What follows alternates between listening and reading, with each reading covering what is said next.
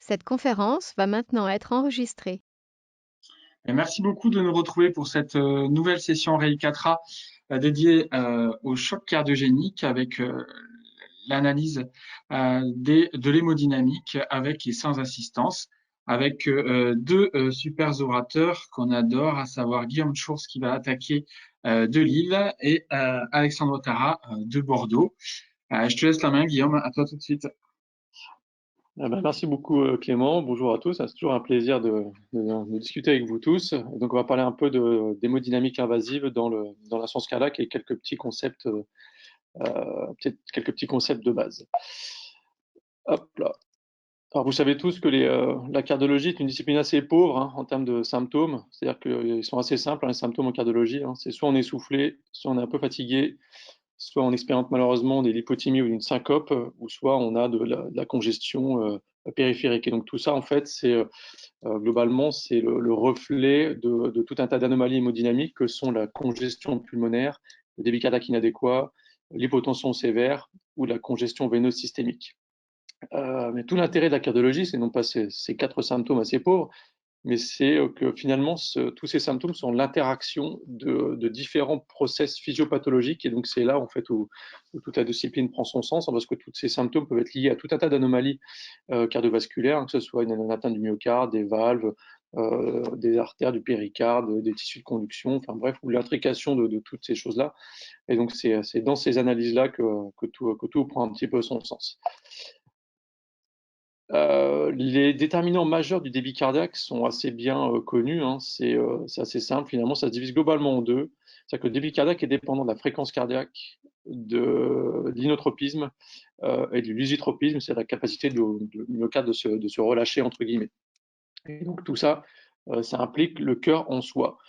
C'est aussi en fait la conséquence des paramètres circulatoires que sont le retour veineux, donc il y a un indice de précharge, et de la pression artérielle, qui est un indice de post-charge, donc de résistance à l'éjection.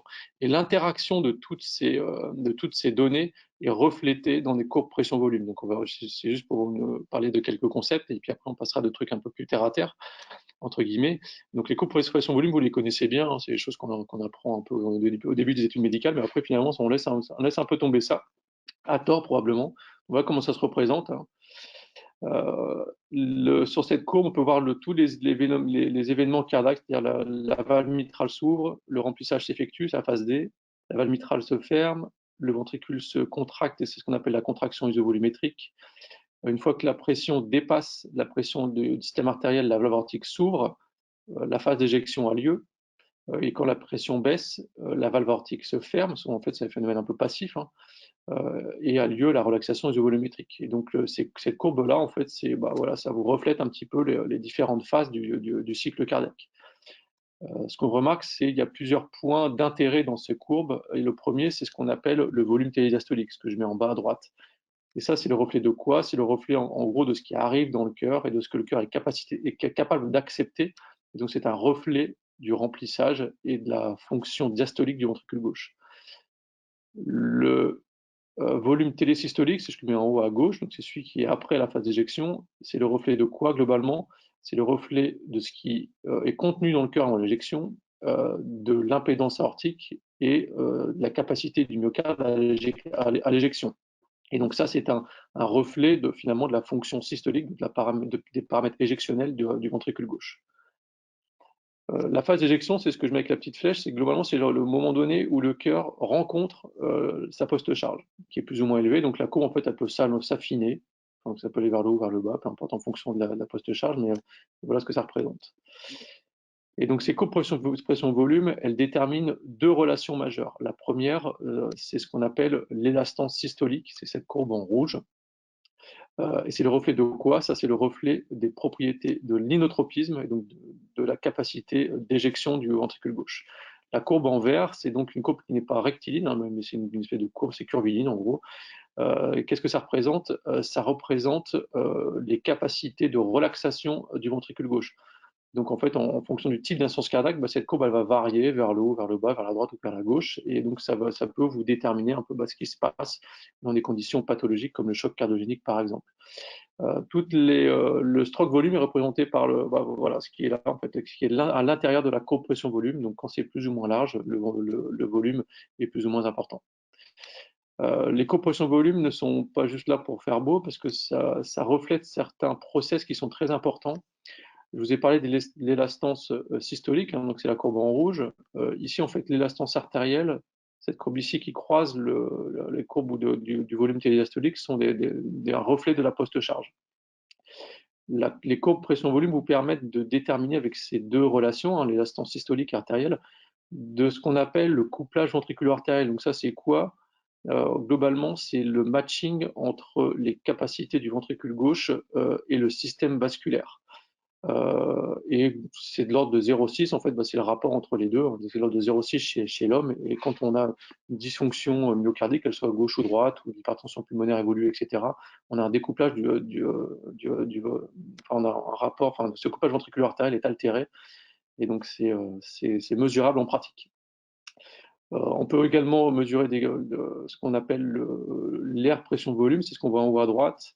Donc c'est quoi? C'est le reflet de la consommation en oxygène du myocarde.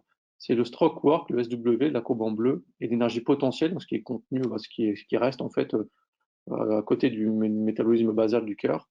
Donc ça représente la consommation d'oxygène du myocarde. Donc le but quand vous faites une action de quelqu'un qui a une insuffisance cardiaque, c'est de limiter cette consommation d'oxygène du myocarde. Et pour la limiter, il faut donc que la courbe pression-volume soit dirigée vers le bas et vers la gauche.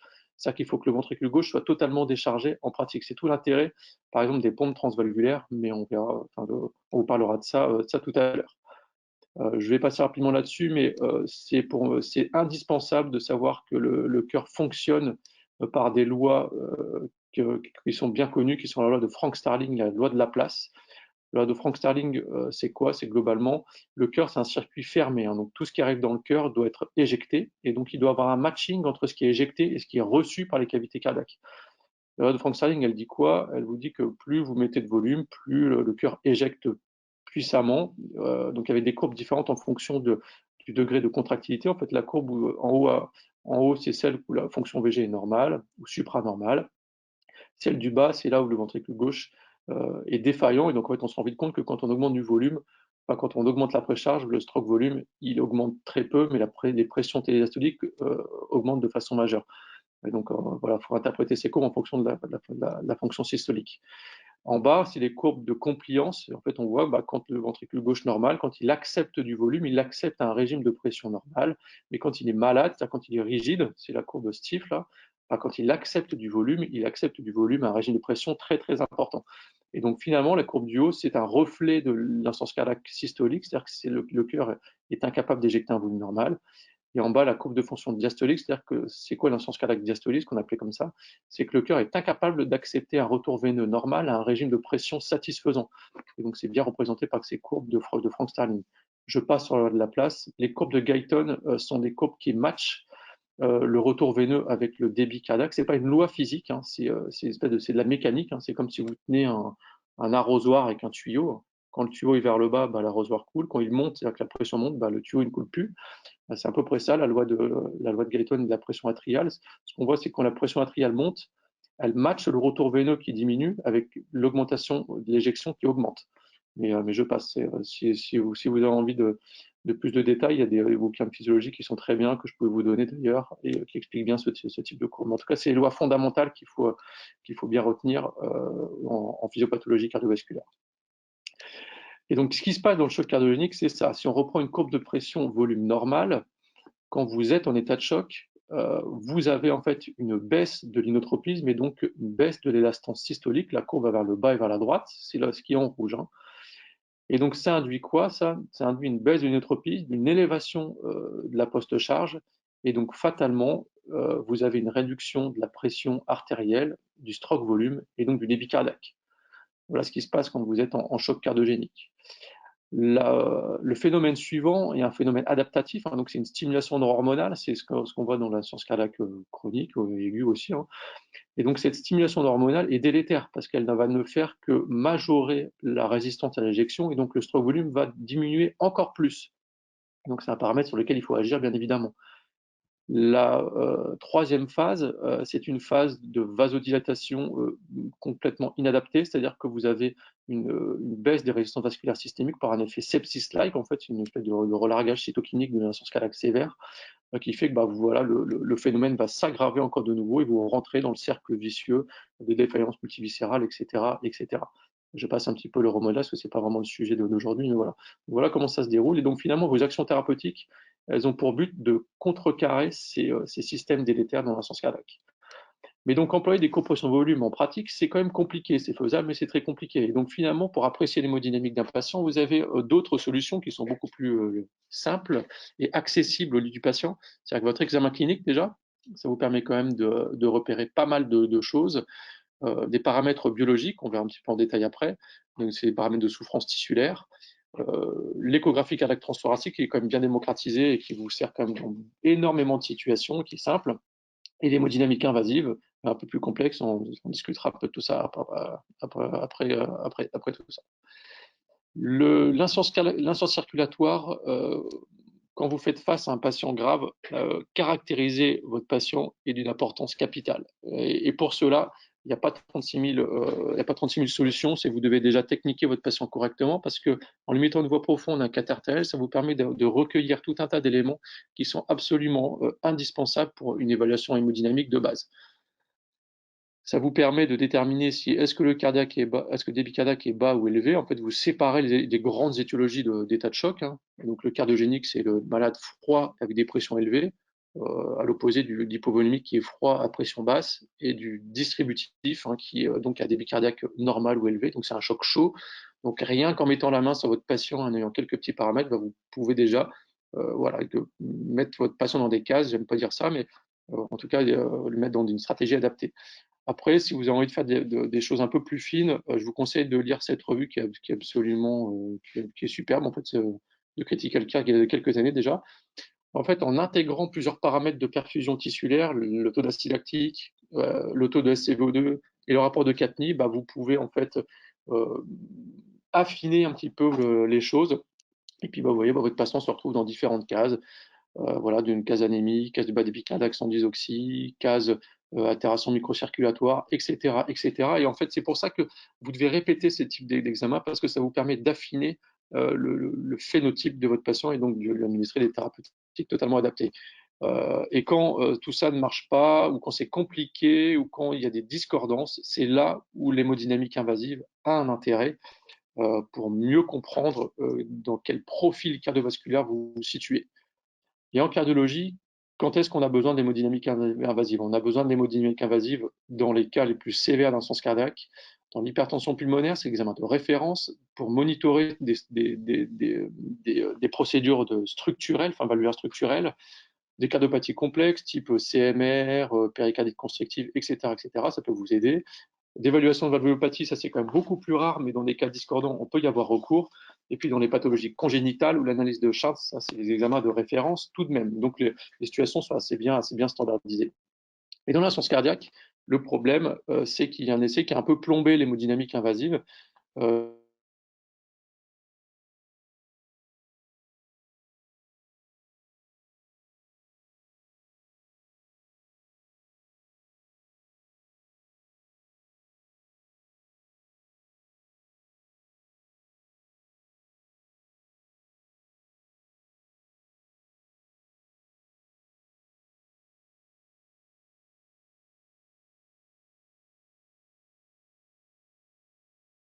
Guillaume, je ne sais pas si tu nous entends.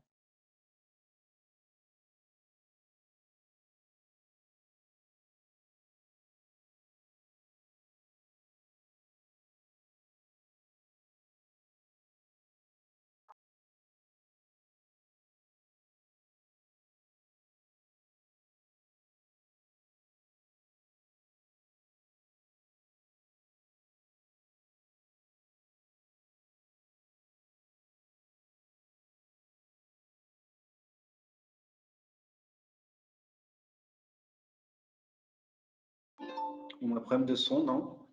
Ouais, mais là on l'a perdu. J'essaie de la voir.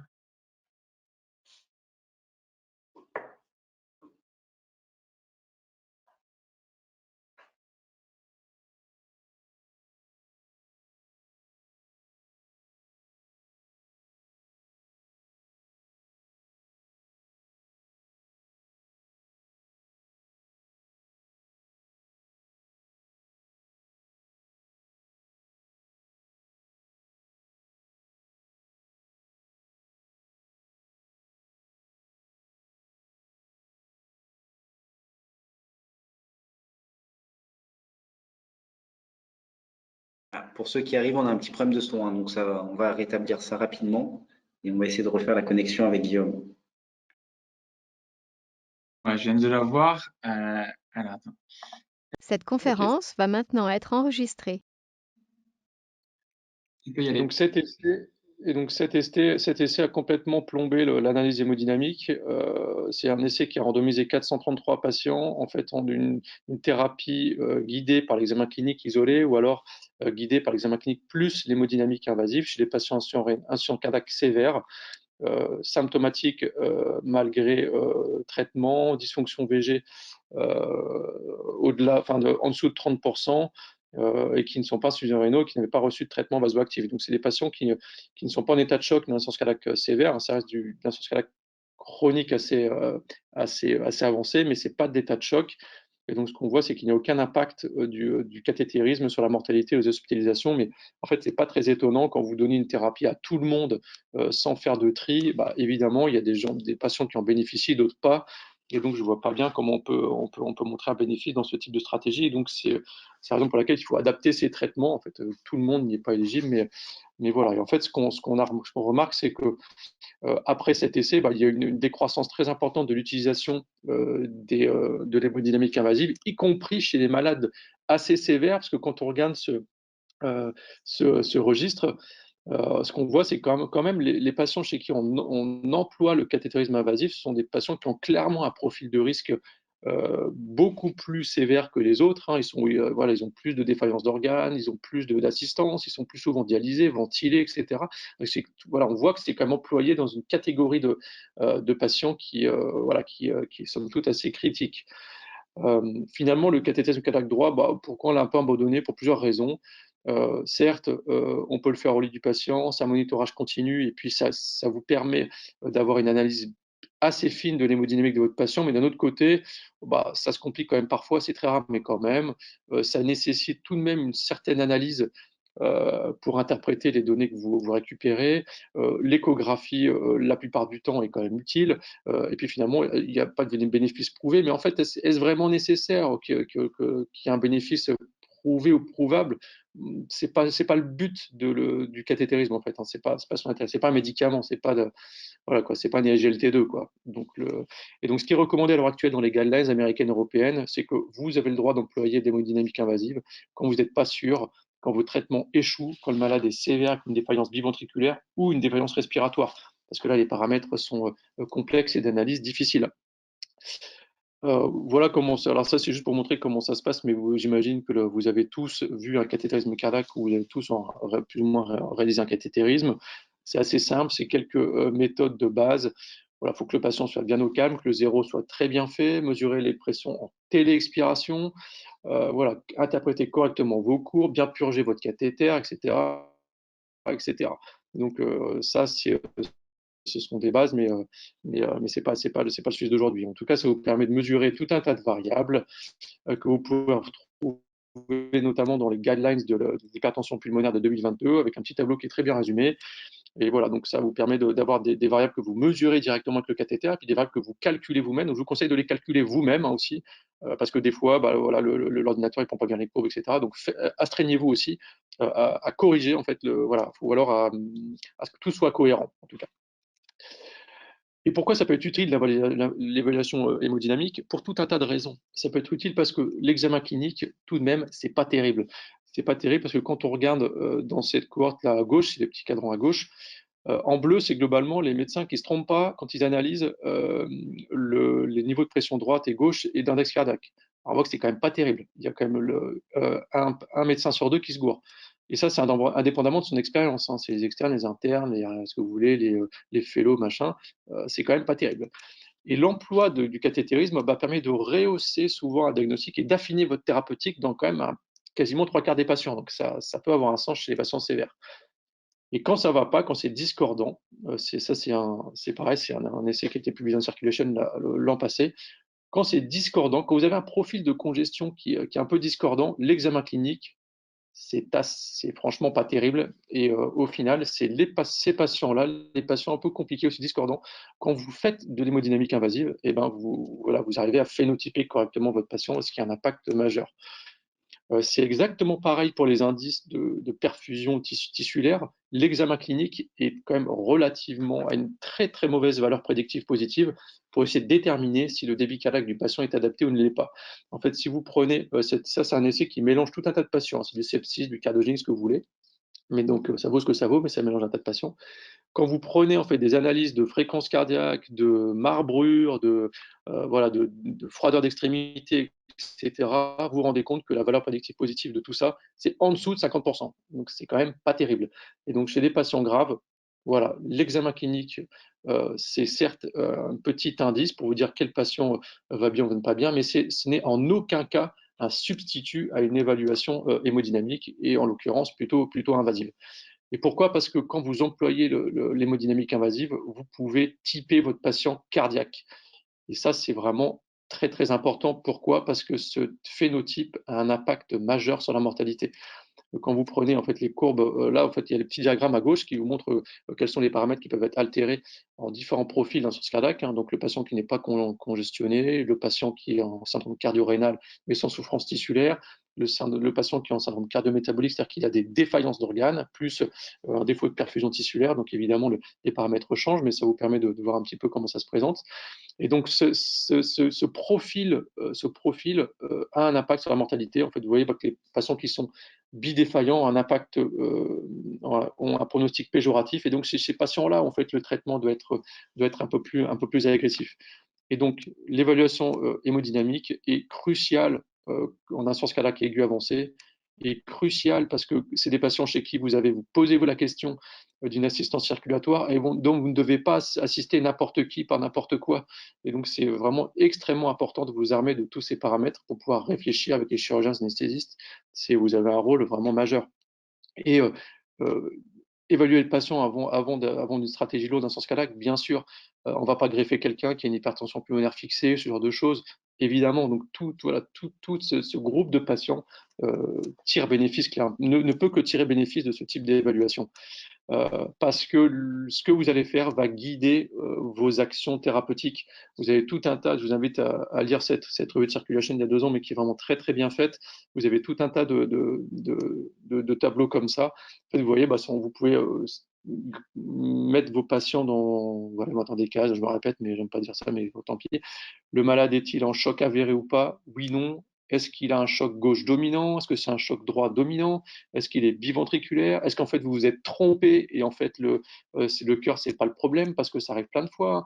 Un insuffisance cardiaque sévère et puis quand il est pas bien c'est forcément le cœur, mais pas forcément. Il peut être aussi infecté, avoir un autre problème, saigner, n'importe quoi. Et donc c'est des malades qui sont pas toujours faciles d'évaluation et donc voilà, faites-le parce que ça vous permet de guider vos thérapeutiques. Le malade qui est en pré-choc ou normotendu, il va pas recevoir la même thérapeutique que celui qui a un choc gauche dominant. Si on se pose la question de l'assistance, c'est bien de le savoir aussi. Donc voilà, tous ces paramètres sont là, je ne les détaille pas, mais vous pouvez les lire dans cette revue de Circulation. Ça pour moi un intérêt vraiment majeur. Et puis indépendamment c'est pour ça qu'il faut essayer d'apprendre à vos coronarographistes quand le malade va pas bien, s'astreindre à faire ça, ça prend un quart d'heure et puis ça peut rendre vraiment service et pas faire des stratégies qui partent dans tous les sens. Et ça, on le sait, hein, c'est d'ailleurs le seul truc qui marche dans l'insuffisance cardiaque sévère, le choc cardiogénique. C'est miraculeusement, quand vous avez une structure où vous êtes capable de reconnaître facilement un état de choc, c'est en gros, il est hypotendu, il est froid, voilà. Vous appelez une équipe dédiée, des cardiologues, des intensivistes, des anesthésistes, des chirurgiens, et puis vous vous astreignez à avoir des critères hémodynamiques durs, concordants, cohérents, Pourquoi? Parce qu'en fait, quand les gens se parlent comme ça et que les malades sont typés correctement, miraculeusement quand même, ils meurent moins, c'est quand même dingue. Mais pour le coup, ça vous permet d'adapter vos thérapeutiques. Et donc, c'est pour ça que je pense que l'hémodynamique invasive a un rôle vraiment majeur dans la sens cardiaque sévère et le choc cardiogénique pour justement pouvoir leur administrer des thérapeutiques adaptées. Je vous remercie. J'espère que ça va pas couper. Non, merci Guillaume. Non, ça va pas recoupé, il n'y a pas de souci. Merci pour ce super topo très, très complet. Je vois qu'Alexandre a rallumé sa caméra, Guillaume aussi. Peut-être une ou deux questions et puis on va enchaîner ensuite avec Alexandre parce que je pense que vous allez vous ouvrir et vous répondre aux questions l'un l'autre. Ouais, moi, j'avais une question, Guillaume. Dans l'étude Escape, là, j'avais la notion qu'il y avait eu une sous-analyse, où il y avait une analyse ancillaire, où ils se sont focalisés sur le choc cardiogénique. C'est peut-être celle que tu avais montrée, où justement là, il y avait un effet bénéfique. Parce que moi, ce qui m'embête, c'est que, effectivement, comme tu dis, c'est des éthologies Oui. hétérogènes, mais pour moi, l'insuffisance cardiaque aiguë ne justifie pas la mise sous catécholamine, etc. systématiquement. Le choc cardiaque ne va être qu'une toute petite partie de ces patients-là. Oui, tout à fait. Si vous avez raison, il y a des petites sous-analyses. D'ailleurs, il y en a d'autres, des analyses où en fait ils font ça chez des gens en choc cardiogénique aussi. Mais bon, voilà, c'est des corps, donc ça vaut ce que ça vaut. Mais oui, si, bien sûr, chez les gens choqués, ça a clairement un intérêt. Et tout le monde ne doit pas être cathétérisé, bien évidemment. Ça comporte des risques, tout ça. Donc c'est je pense qu'il faut commencer par un examen clinique et des indices biologiques. Ça suffit déjà quand même pas mal à trier les patients. Et quand ça va pas, quand il y a un truc qui va pas ou que vous comprenez pas ou que le malade va être éligible à une stratégie lourde, il faut avoir recours à ce type de truc parce que ça affine clairement les diagnostics. Franchement, le but c'est pas de se jeter sur les stratégies lourdes, c'est justement de ne pas y avoir recours. Et pour ne pas y avoir recours, optimiser le traitement médical, c'est capital. Non, et puis tu as dit quelque chose d'assez logique, c'est que chez ces patients d'insuffisance cardiaque avancée, pour ceux, tout du moins, qui sont stables et qui se dégradent progressivement dans la maladie, le cathé droit aide à préciser un petit peu, à voir les résistances, mais finalement, la thérapeutique, ça va être celle qu'on aura à proposer derrière. Donc, si c'est des patients qui sont ni éligibles à une transplantation, ni éligibles à une assistance parce que trop vieux, trop comorbide, on aura beau préciser l'atteinte, peut-être optimiser un petit peu les médicaments si les résistances étaient toujours élevées, mais finalement, dans notre pratique quotidienne, on est un peu jusqu'au boutiste en cardio, c'est-à-dire qu'on leur abaisse les résistances au maximum de ce qu'on peut faire avec l'ensemble des traitements d'insuffisance cardiaque avancée. Le débit cardiaque, on le regarde assez peu tant qu'ils ne sont pas en choc cardiogénique. Et en tout cas, nous, dans notre pratique, on voit des patients qui tolèrent des index extrêmement bas et qui, on sent bien qu'il y a un moment où dans le choc, c'est juste le déséquilibre entre probablement les résistances vasculaires qui chutent sur un événement annexe, une infection ou autre, et on voit que ces patients-là décompensent. Par contre, une fois qu'ils décompensent, finalement, vu qu'on n'a plus du tout de marge sur la partie cardiaque et que sur la partie vasculaire, le problème vient de là parce qu'ils baissent les résistances, et finalement, c'est des patients qui deviennent d'emblée extrêmement sévères pour lesquels on n'a pas beaucoup de solutions hormis les assistances. Oui, je suis tout à fait d'accord avec ça. C'est vrai que la problématique aiguë comme ça, c'est clairement un problème vasculaire. Ça, c'est vrai que c'est ce qu'on voit. Et une fois que c'est ça, c'est un peu traitement limité, ouais, en effet. Mais, clairement, ouais. Et je propose peut-être qu'on enchaîne avec la deuxième présentation, et puis je pense qu'il y a d'autres questions qui viendront compléter les deux présentations.